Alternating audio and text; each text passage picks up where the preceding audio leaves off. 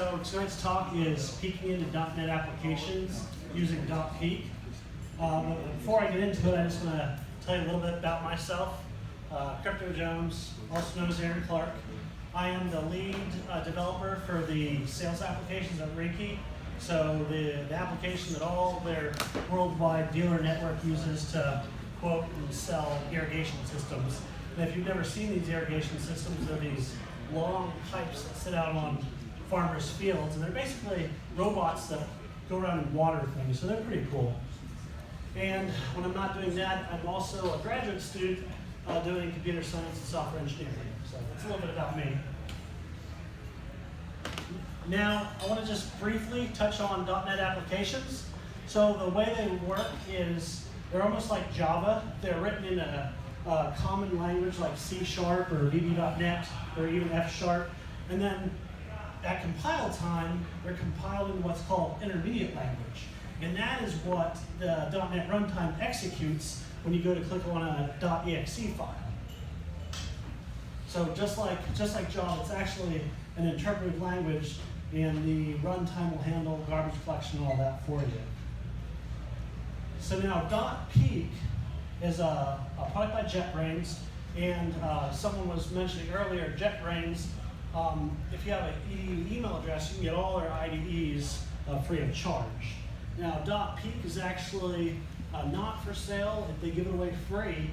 And what it does is it takes the IL code that the runtime executes, and you can convert that code back into Visual Studio projects or just look at the source. And again, it is free to download. So, cons and pros. I put cons first because they're a little bit bigger. There are third-party utilities that will obfuscate your source code, so the projects aren't very readable, at least not the way .NET programs usually are. And then sometimes because of compiler-generated things that can't really get articulated back into the .NET project, the results aren't always buildable. So sometimes, let's say you wanted to build something and put some kind of malicious code in and then repackage it and distribute it to people, there might be some tweaking in those source files and the projects. Now the pros are, it's free, it's easy to use. I mean, if you can be a .NET programmer, which is basically anybody, you can download and run this application. And it's really low-hanging fruit. So if you have like a security assessment and you can grab a company's laptop, it's easy to look at their main company applications and run this on them, see if you can get, database credentials, usernames, passwords, whatever. So that's why I consider it low-hanging fruit. So now I will go into a little technical demo.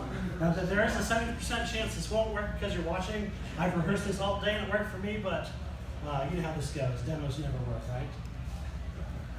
This is a bold move for your first talk. It is. I agree. Bold move. I hope you cannot see this, can you? Let's see. Scroll settings.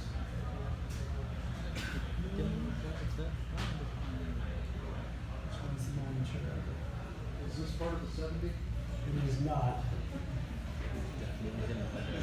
The demo gods are frowning on you. No. Oh, here we go. Okay. I apologize. So basically, what you do is you just go to File and Open once it launches, and you just find whatever application you want to look at. So, for example, this one, because I'm not sure if you've seen it, it's a cheap Photoshop ripoff called Paint.net. And what we did is we just opened it, and now, let's say you wanted to make a Photoshop competitor. You could go in here, look at your methods and your source code.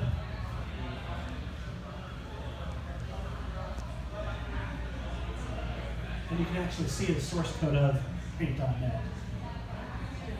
So canvas, you can see all the data structures.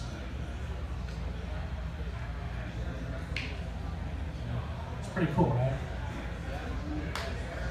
So let's say we did that activity. You did a physical assessment. You got on site to customer. You were able to snag laptop. And you found some company application.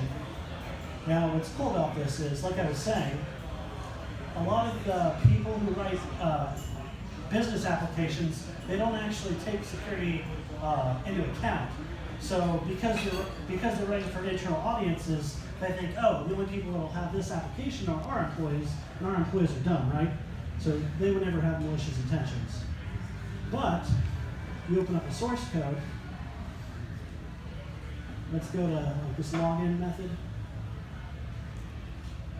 And bam, you can see SQL connection info.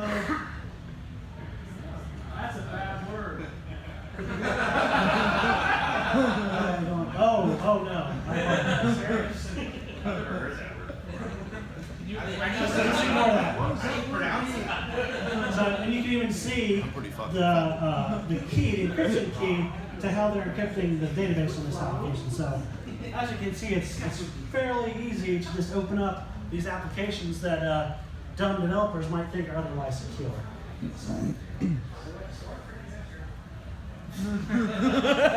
All right, so thanks for listening. I apologize for any connection strings I didn't sanitize, and these slides will be on Slack and cryptospace.com. So thank you.